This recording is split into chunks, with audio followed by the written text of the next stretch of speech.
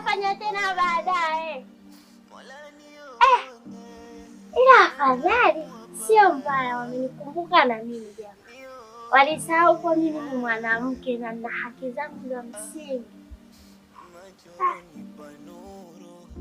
Tatandika kitanda uje tena. Mpenzi.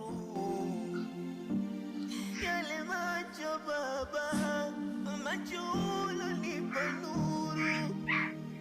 Eti niangaze kwa uhuru. Wanadamu wamekufuru.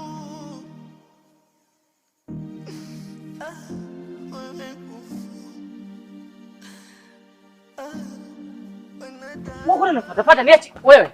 Basi mume wangu mbona unanitesa? Wewe nani mume wako? Basi nikubatie. Hebu niachilie basi. Wewe nisikilize. Naomba usinifuate, umenielewa? Huo uchizi wako ndakuja nikupiga upone, umenielewa wewe? Kama umerogwa na wengine usije ukanifuata mimi. Asaja niachela matumizi mimi nje inaniuma. Wewe matumizi gani? Mimi mume wako? Matumizi gani sasa?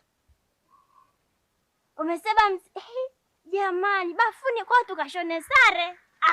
Wanatupa magarama makubwa. Sasa sisi uzi wenyewe hatuna, ukizingatia zaidi uzi wenyewe hatujaenda kutoa hospitali ujue.